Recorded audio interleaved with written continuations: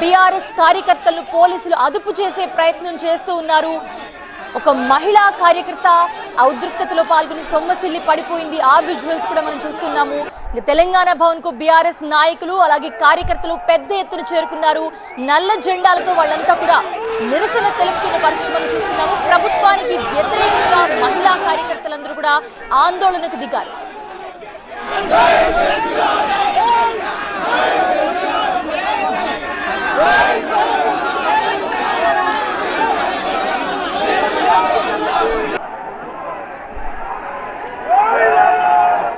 Right, ఇదే అంశానికి సంబంధించి మరిన్ని అప్డేట్స్ అందించడానికి మా కరెస్పాండెంట్ రాకేష్ అందుబాటులో ఉన్నారు. అక్కడ రాకేష్, అసలు సిచ్యువేషన్ ఎలా ఉంది?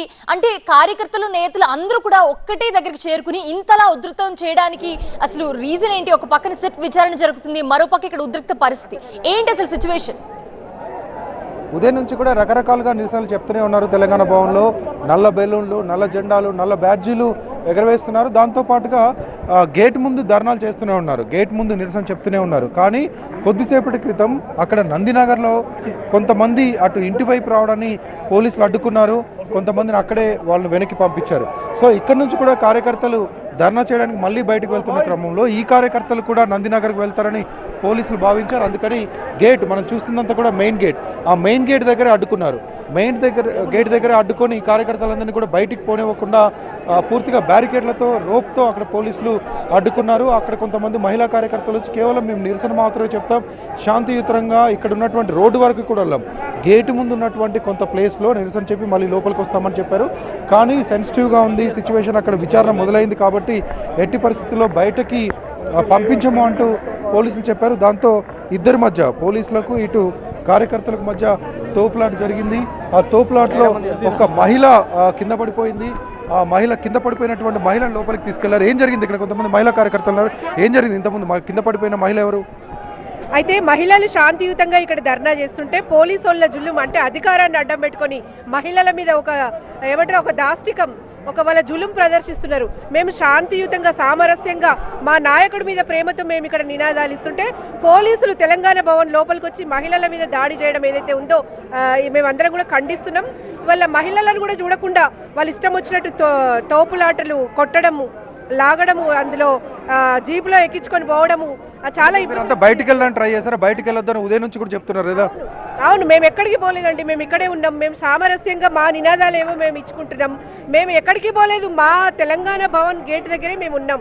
పోలీసులే లోపలికి వచ్చి వాళ్ళ దాష్టికం మా మీద చూపిస్తున్నారు.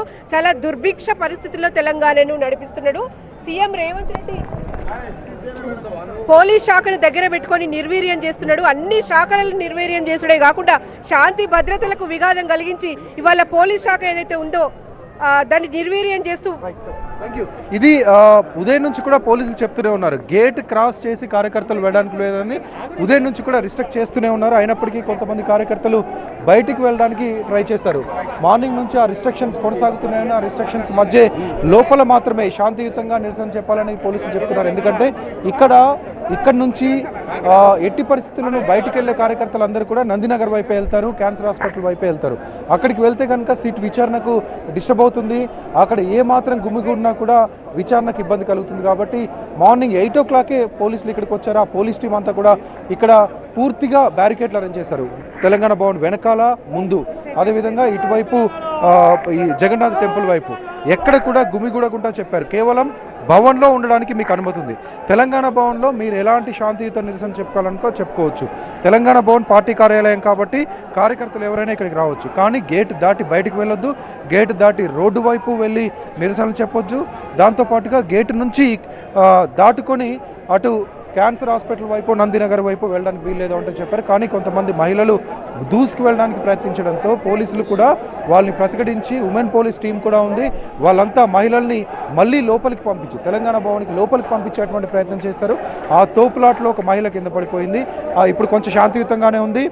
ఇప్పుడు ఇంకా కొంత శాంతియుతంగానే ఉంది. మహిళలందరినీ కూడా వెనక్కి పంపించారు. కానీ కొంతమంది కార్యకర్తలు మాత్రం ఇంకా అక్కడే నిరసన వ్యక్తం చేస్తున్నారు, బ్యారికేడ్లను తొలగించాలని కోరుతున్నారు. మేము బయటికి వెళ్ళినా శాంతియుతంగానే గేటు బయటే మీ ఆందోళన వ్యక్తం చేస్తామని చెప్తున్నారు. మనం చూస్తున్న గేటుకి ఇటువైపు అంతా మనం తెలంగాణ భవన్ లోపల ఉన్నాం. తెలంగాణ భవన్ బయటంతా పోలీసులు ఉన్నారు, లోపలంతా కార్యకర్తలు ఉన్నారు. ఈ కార్యకర్తలు ముందుకెళ్ళి పోలీసులను దాటుకొని వెళ్లేందుకు ప్రయత్నం చేస్తున్నారు. కానీ పోలీసులు మాత్రం ఎట్టి పరిస్థితుల్లో ఇక్కడి నుంచి వెళ్ళడానికి లేదంటూ అటువైపు నుంచి పూర్తిగా బ్లాక్ చేశారు. గేట్ ఇది మెయిన్ గేట్, అంటే ఇటు పార్క్ వైపు ఉన్నటువంటి గేట్, పార్క్ వైపు ఉన్నటువంటి మెయిన్ గేట్ బయటే రోడ్డు ఉంటుంది. బ్యాక్ సైడ్ ఏమో కమాండ్ కంట్రోల్ రూమ్ ఉంటుంది. దాన్ని ఉదయమే పోలీసులు లాక్ చేసేశారు. కమాండ్ కంట్రోల్ రూమ్ వైపు ఎట్టి పరిస్థితుల్లో యాక్టివిటీస్ ఉండకూడదని. ఈ ఒక గేట్ మాత్రమే ఓపెన్ చేసింది. ఈ గేట్ నుంచి బయటకు వెళ్ళొద్దంటూ ఇక్కడ బ్లాక్ చేశారు. ముందుగా రోప్ పెట్టారు. రోప్ తర్వాత దశల వారీగా ఒక దగ్గర బ్యారికేడ్స్ పెట్టారు. ఇంకా కంప్లీట్ రోడ్డు దగ్గర అయితే పూర్తి పోలీస్ సెక్యూరిటీ ఉంది. అక్కడ నుంచి ఎట్టి పరిస్థితుల్లో ఒక్క కార్యకర్తను కూడా బయటకు వెళ్ళనివద్దంటూ పోలీసులకు స్పష్టమైనటువంటి ఆదేశాలు ఉన్నాయి. దీంతో ఖచ్చితంగా ఎవరిని బయటకు వెళ్ళనివద్దంటూ పోలీసులు చెప్తున్నారు. అంతకు ముందే ఉదయం 8 గంటలకే పోలీస్ టీం ఇక్కడ చేరుకొని ఇక్కడ ఉన్నటువంటి లోకల్ లీడర్స్తో మాట్లాడారు. ఇక్కడ భవన్లో అందుబాటులో ఉన్నటువంటి భవన్ సిబ్బందితో మాట్లాడారు. తెలంగాణ భవన్లో ఉండడానికి మాకు అభ్యంతరం లేదు, కానీ సెన్సిటివ్గా కొంత ఇష్యూ ఉంది, అక్కడ విచారణ జరుగుతుంది, కేసీఆర్ విచారణ జరుగుతుంది కాబట్టి అక్కడి వరకు కార్యకర్తలు రావద్దు, రాకుండా ఉండేందుకు మీరే నిలువరించుకోవాలి, రాకుండా ఉండేలా మీరే చూసుకోవాలి అంటూ చెప్పారు. ఈ నేపథ్యంలోనే ఈ భవన్ చుట్టూ కూడా పోలీసులు, కొన్ని వేల మంది పోలీసులు ఉన్నారు. ఒకవేళ కార్యకర్తలు ఏమైనా బయటకు వెళ్ళినా, అదుపు తప్పినా వెంటనే అరెస్ట్ చేసి ఇక్కడ తీసుకుపోవడానికి 10ల సంఖ్యలో వెహికల్స్ను కూడా ఇక్కడ పెట్టారు. డీసీఎం వెహికల్స్ని, జీప్స్ని, అదేవిధంగా పోలీస్ ఫోర్స్ని కూడా అందుబాటులో ఉంచారు. పోలీస్ డౌన్ అంటూ ఇక్కడ నినాదాలు చేస్తున్నటువంటి కార్యకర్తలు ఒకవైపు, ఎట్టి పరిస్థితుల్లో తెలంగాణ భవన్ దాటి ముందుకెళ్ళొద్దంటూ అడ్డుకుంటున్నటువంటి పోలీసులు ఒకవైపు. ఇంకా కొనసాగుతూనే ఉంది, కొంత ఉద్రిక్తంగానే కనిపిస్తుంది. కార్యకర్తలంతా కూడా లోపలికి రావాలని బీఆర్ఎస్ లీడర్లు కూడా చెప్తూ ఉన్నారు. మనం శాంతియుతంగా నిరసన చేయాలని అనుకున్నాము, శాంతియుతంగా నిరసన చెప్తామంటూ చెప్తున్నారు. కానీ మహిళల్ని తోసేశారంటూ కొంత బీఆర్ఎస్ కార్యకర్తలంతా ఆగ్రహంగా ఉన్నారు. అదే ప్రస్తుతం తెలంగాణ భవన్ వద్ద కొనసాగుతున్నటువంటి ఈ టెన్షన్ వాతావరణం. కార్యకర్తలు బయటకు వెళ్తే కనుక ఖచ్చితంగా నందినగర్లో ఉన్నటువంటి కేసీఆర్ నివాసం వైపే వెళ్తారు. అట్లా వెళ్తే కనుక ఖచ్చితంగా అక్కడ విచారణ జరుగుతున్నటువంటి సమయంలో ఈ నినాదాలు అక్కడ వినిపించినా, లేకపోతే అక్కడికి దూసుకెళ్ళేటువంటి ప్రయత్నం చేసినా అక్కడ డిస్టర్బెన్స్ క్రియేట్ అవుతుంది, విచారణకు ఇబ్బంది అవుతుంది. కాబట్టి దాన్ని అడ్డుకోవాలని పోలీసులు ఉదయం నుంచి ప్రయత్నిస్తున్నారు. తెలంగాణ భవన్ ఉన్న ప్రాంతంలో చుట్టూ రోడ్స్ ఉన్నాయి. తెలంగాణ భవన్ ఫ్రంట్ ఈ మధ్యలో వేసినటువంటి ఒక లింక్ రోడ్, అటు పక్కన కమాండ్ కంట్రోల్ రూమ్ పక్కన రోడ్డు, కేబీఆర్ పార్క్ ఆనుకున్నటువంటి ఫ్రంట్ రోడ్, 3 సైడ్లు రోడ్లు ఉన్నాయి. కానీ 3 సైడ్స్ ఉన్నటువంటి రోడ్లలో ఏ రోడ్డు వైపు కూడా కార్యకర్తలు వెళ్ళొద్దన్నది పోలీసుల వ్యూహంగా కనిపిస్తుంది.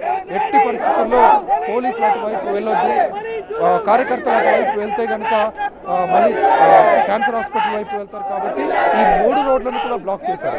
తెలంగాణ భవన్కు ఉన్నటువంటి 3 రోడ్లను బ్లాక్ చేశారు.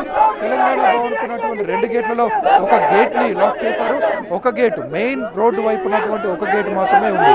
ఎవరైతే భారీ సంఖ్యలో రకరకాల డివిజన్ల నుంచి, హైదరాబాద్లో ఉన్నటువంటి అన్ని నియోజకవర్గాల నుంచి భారీ ఎత్తున కార్యకర్తలు రావడానికి ఎక్కడైతే ప్రయత్నిస్తున్నారో వాళ్ళందరినీ అక్కడే అడ్డుకుంటారు. తెలంగాణ భవన్ వరకు కూడా రానివ్వట్లేదు. ఇంతకుముందు ఎమ్మెల్యే సుధీర్ రెడ్డి మాట్లాడుతూ మేమే దాటుకొని, పోలీసులను దాటుకొని గల్లీలలో పోలీసులకు తెలియకుండా చాలా మార్గాలలో ఇక్కడ చేరుకోవాల్సి వస్తుంది. కార్యకర్తలను అయితే అసలు రానివ్వట్లేదు. ఎక్కడికక్కడ డివిజన్లలోనే అరెస్ట్ చేస్తున్నారు. లోకల్ లీడర్స్ని అయితే హౌస్ అరెస్ట్ చేశారు.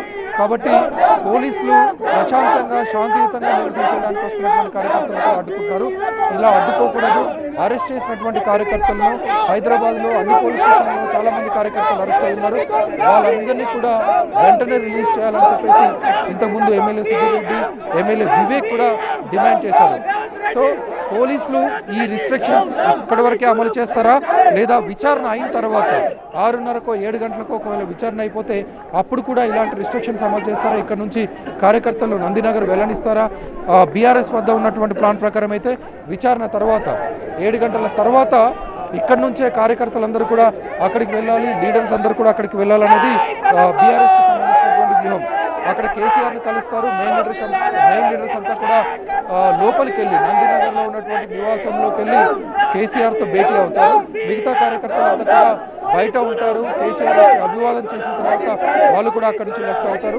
ఇది ఉదయం నుంచి బీఆర్ఎస్ నేతలు చెప్తున్నటువంటి వాళ్ళ దగ్గర ఉన్నటువంటి స్కెడ్యూల్. కానీ పోలీసులు వాళ్ళను ఇక్కడ నుంచి వెళ్ళనిస్తారా, లేకపోతే ఇప్పుడు అడ్డుకుంటున్నట్టుగా ఇక్కడే అడ్డుకుంటారా అనేది చూడాల్సి ఉంటుంది. కొంతమంది ఎమ్మెల్యేలు ఇప్పుడిప్పుడే ఇక్కడికి చేరుకుంటున్నారు. ఉప్పల్ ఎమ్మెల్యే లక్ష్మారెడ్డి కూడా ఇప్పుడే చేరుకున్నారు. ఆయన కూడా కొంతసేపు అడ్డుకున్నట్లుగా చెప్తున్నారు. ప్రస్తుతానికి వాళ్ళందరూ కూడా లోపలికి వెళ్తున్నారు. ఇక గేటు దగ్గర అయితే కొంత ప్రశాంత వాతావరణమే కనిపిస్తుంది. గేటు దగ్గర అయితే పోలీసులు అడ్డుకుంటున్నటువంటి కార్యకర్తల్ని కొంతమంది లోపలికి పంపించారు. అక్కడికి వెళ్ళినటువంటి ఎమ్మెల్యేలు కొంతమందిని నచ్చజెప్పి కార్యకర్తలు లోపలికి పంపించారు. ప్రస్తుతానికైతే ప్రశాంతంగానే వాతావరణం కనిపిస్తుంది.